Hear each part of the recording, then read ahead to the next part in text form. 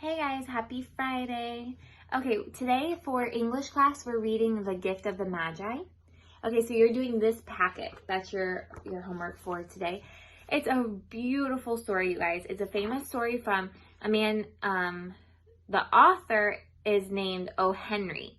He's an American author from North Carolina. He is not actually O. Henry. His name is really William Sidney Porter. But a lot of times, authors will have what they call pen names, so the names that they're known by. And so that is his. This story has been modified. You'll see right there it says a modified version. This story has been modified a million times because it's a beautiful story, and it's been modified to like reach different age groups and different reading levels and everything like that, so that everyone can enjoy the story. The story has a huge theme behind it, and I'm not going to tell you what it is because it could be many different things that are pulled out of it, different perspectives that you're going to have about the story, about what you think the theme is, you know, of sacrifice, of love, of commitment, of different things like that. Because it is about a couple who basically has no money to give each other Christmas gifts, and then the things that they do in order to demonstrate their love to each other and the importance of sacrificing for each other. So it's a really, really pretty story, and I hope that you enjoy it. And then what you're going to be doing with the story is doing these activities to kind of understand it a little bit better and to appreciate the art of writing a story and the art behind writing this particular story. Okay, so you're going to be doing 3 activities with it. You're going to be identifying some figurative language. So this is a good review of the things that we learned at the beginning of the year. Remember that you had to do an analysis of a movie that you watched, right? So that you picked out the plot, the climax, and different stuff like that. And then we started talking about figurative language, symbolism, similes, allusions, and different stuff like that. So it's going to be a good review of those things. And I'll go over those things in a second right now. Then you're going to go over a plot pyramid, which is just going to be a fun way to analyze the story. And then you're going to be analyzing the theme of the story. Like I said, what you pick out of it, what your perspective of it is, okay? So I hope that you enjoy it because it is a nice story to read and to learn things from. Okay, so look at it says page 31, but it's the one that says Stocking Up on Figurative Language. You're going to be looking at all of these sentences. It goes over the next couple pages. There's 12 sentences in total. These are different parts from the story that they picked out, and then you need to identify the figurative language used. Remember, figurative language is there to add depth and artistry to a piece of literature and to help you understand it in a bigger, more exaggerated way so that you're painting the image inside your mind, okay? So if you look at the little box here, we'll review what these figurative language elements are that you are identifying here, because you're going to use those choices to answer your questions below. What they say to do is put the type of figurative language used in the quote that they give you and then justify your answer, which means that you can give me 2 things. You can give me why you know it's that type of figurative language, or how that type of figurative language helps the story be more understandable and be better to the reader. Okay, so you're going to be writing the effect of that type of figurative language. So look at the first one is hyperbole, even though it looks like hyperbole, right? Hyper means above. So remember, the hyperbole is an exaggeration. It says it's an exaggeration that could not possibly be true. So it's very obvious that it's an exaggeration inside the story, but it's there to help paint an image in your mind and stand out to you and help you understand how exaggerated it might be to us as well in our mind sometimes, because a lot of things that we go through in life are exaggerated to us as well in our mind because we feel like it's the only thing that's happening, right? So hyperbole, it's there to grab your attention, a big exaggeration.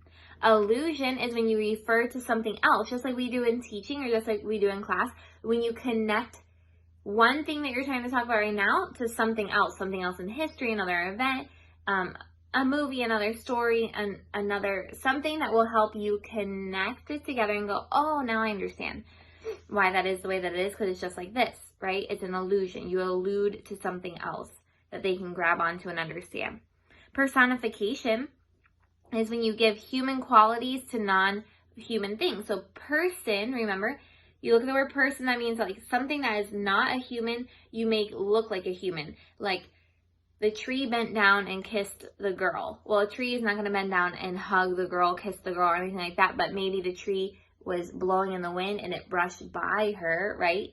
And so to paint an image in your mind, the author is going to say that the tree bent down and hugged the girl or kissed the girl, right? To show you, you know, how windy it was, or how beautiful the forest was that she was in, or anything like that. So personification, when you make an animal or an object or something have human qualities in order to make your story better and more understandable.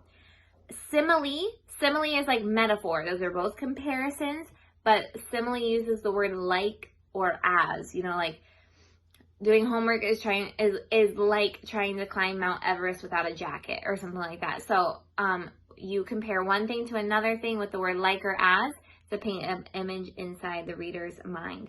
And then alliteration. Alliteration is when the author repeats consonant sounds at the beginning of words, like all the words start with a B, or most of the words start with TR blend or something like that, to catch your attention, to make it artistic, and to help you read it faster and better and enjoy reading it, and to emphasize something. Okay, so that you're like, oh, look, it's like a poem.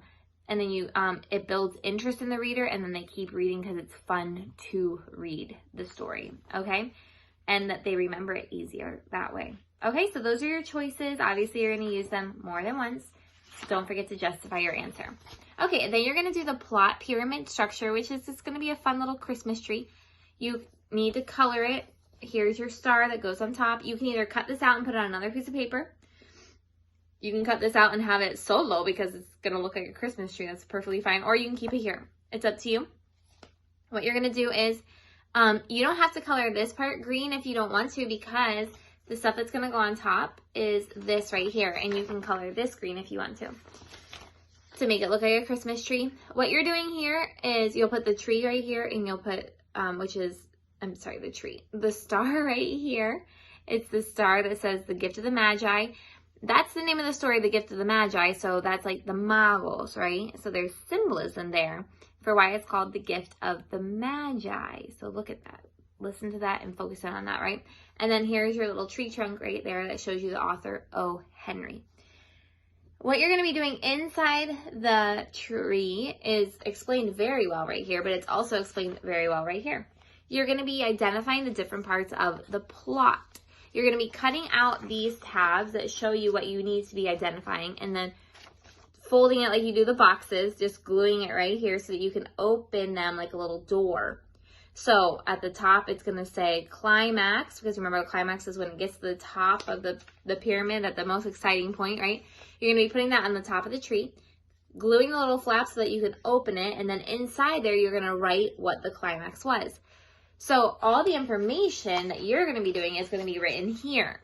And then you're going to be covering it with these little doors so that I know that when you open it, it would be good to send a video and not just a picture. When you open it, I'm going to be reading what you thought the climax was, what you thought the exposition was, what you thought the falling action was, what the rising action was, and the resolution. Okay? So that's how you're going to do the plot structure. It's just a fun little way to identify the different parts of the plot of this story, which is always good to do to appreciate and understand it and learn more about it. And then you're going to conclude with picking out the theme that you believe is the theme represented in this story. On the ribbons, and the instructions are right here if you forget, but on the ribbons, you're going to write little concepts and ideas that you find in the story. Like I said, sacrifice, commitment, love, things like that, okay? Surprise, different stuff. Here on the ribbon, you don't have to write one for each one, just some of them. And then in the box here, you're going to write, on here, you're going to write the main theme, the main lesson learned, lesson or theme represented, you know, like love conquers all, something like that. Don't put that one, but put something that represents the theme of the story. And then down here in this box, you're going to be putting two examples from the actual story, concrete examples that support why you chose the theme that you chose. Okay? And that's your project for today. I hope you enjoy it. I hope you have fun, because it is a fun story and it's a cute little way to do it. Bye guys, have a great day.